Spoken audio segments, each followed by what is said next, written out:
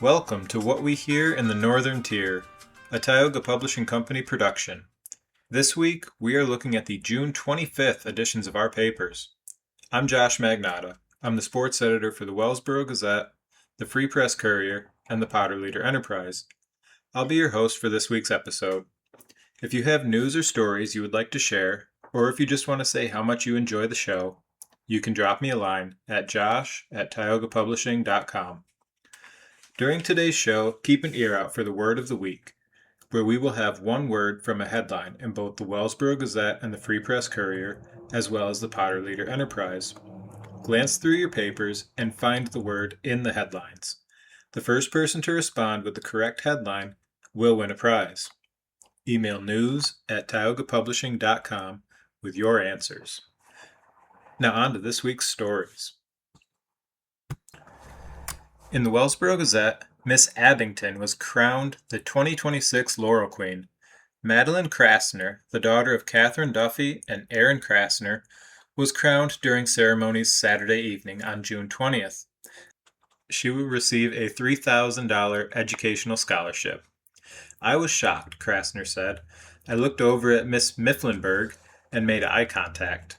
It was such an exciting, amazing feeling. I've never done anything like this before." In the Free Press Courier, the Knoxville Borough Council sealed a deal with the Knoxville-Deerfield Volunteer Fire Department during the June 15th council meeting.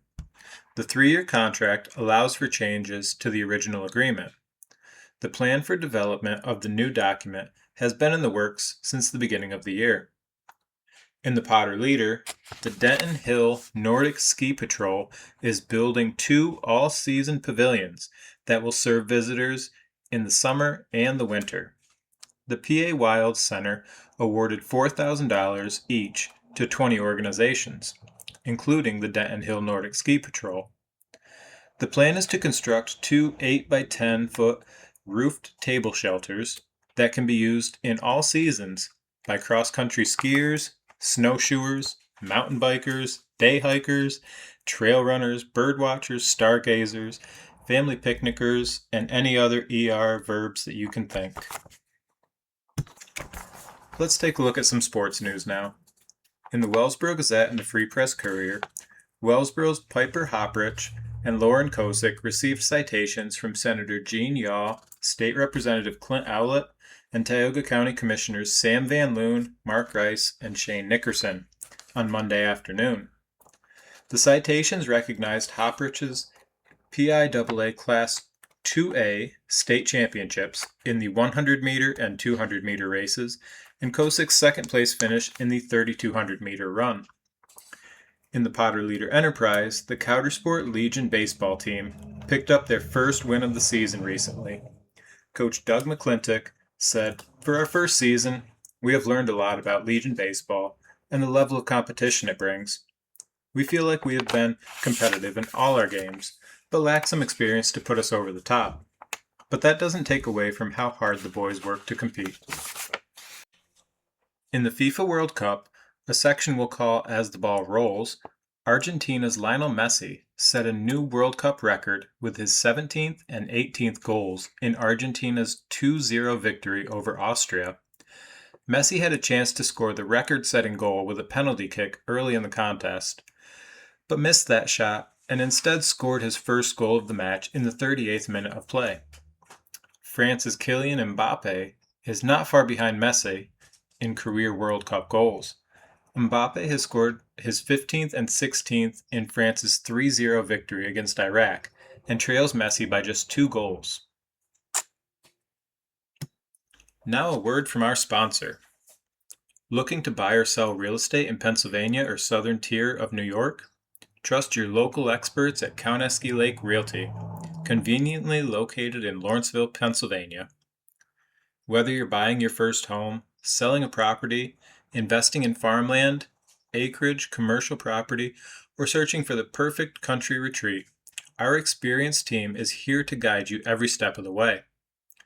Curious what your property is worth? Ready to start your search? Call Kauneski Lake Realty today at 570-944-0101. That's 570-944-0101. CowneskyLakeRealty.com. Read reviews from satisfied buyers and sellers and follow us on Facebook and Instagram. Cownesky Lake Realty, where local knowledge makes all the difference. We live here, we work here, we are here for you. Now for the word of the week. This week's word of the week in the Potter Leader is Nordic. In the Wellsboro Gazette and the Free Press Courier, the word of the week is saddle.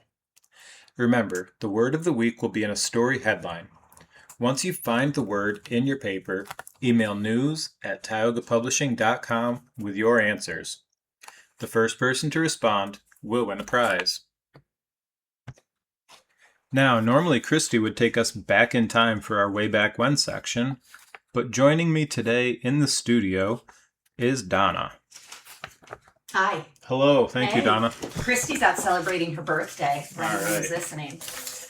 So way back when, the first one's from 25 years ago, June 25th, 2001. And a lot of people might remember this. Josh did. A bright and loud ball of fire in the sky frightened residents of the northern tier and other areas of the United States. The explosion, apparently a sonic boom and shockwave, was heard by residents of Potter, McKean, and Tioga counties around 6:20 p.m. Some residents of the area reported hearing the sonic boom, while others saw the blazing objects streak across the sky. I don't remember seeing the sonic boom, but I definitely heard the sonic boom. How can you see a sonic boom? Oh, you can't, I guess. You can see the meteor, though, right? That's what they said. Science is magic. This one is really wholesome. It's from 50 years ago, June 23rd, 1976. The bicentennial wagon train had camped in TP campgrounds in Rowlett and at Denton Hill State Park. The Coudersport Community Chorus sang in costume, the Gold Wheel 76ers, a group of square dancers, performed, and the Germania 4-H Club Mountaineers read a history and sang the song Germania before the wagon train left bound for Fort Knox. What were they carrying? On the wagon train? Yeah. I think they were just touring. Oh, it wasn't like they had a wagon full of gold that was going down. And it wasn't like a circus. These people came from Coudersport and performed. That's cool. Germania. Very cool. This one had us all laughing very hard. It's the opposite of wholesome. 125 years ago, on June 27th, 1901, there was a lawless time in Austin on a Saturday afternoon when a mob burned a house of ill repute. The scantily clad occupants were driven from the house by the stream of water. While the whiskey-inspired crowd was on a rampage, someone suggested that the work of demolition be carried throughout the town and every house of doubtful character burned. This is the first time I've noticed that they probably had more than one house of ill repute. Oh, wow. Okay. Occupants. Ill repute. I love the way they say that. We know what they were doing. Occupants of one house learned of this and prepared, with every person in the house provided with a .44 caliber revolver and a box of cartridges. So they were ready. Alrighty. And that's the news from way back when. My goodness. So they were willing to burn down the whole town. Yeah, but how many houses of ill repute? That's the first time I noticed. Well, it probably just... They started with the one, and then someone suggested, well, let's burn the other houses of ill repute. Well, it just gets worse and worse. The ill repute. Yeah. Wow. Mm-hmm. How long ago was that? 125 years ago, where the weirdest stuff happens. Yes. 125 especially years in Potter. ago. Early 1900s. Very cool. Thank you for sharing that, Donna. You're so welcome. Thank you for listening to this week's episode. Remember to look for the word of the week in your papers. If you or someone you know would like to advertise with us, email news@tiogapublishing.com. This has been What We Hear in the Northern Tier. As always, take care.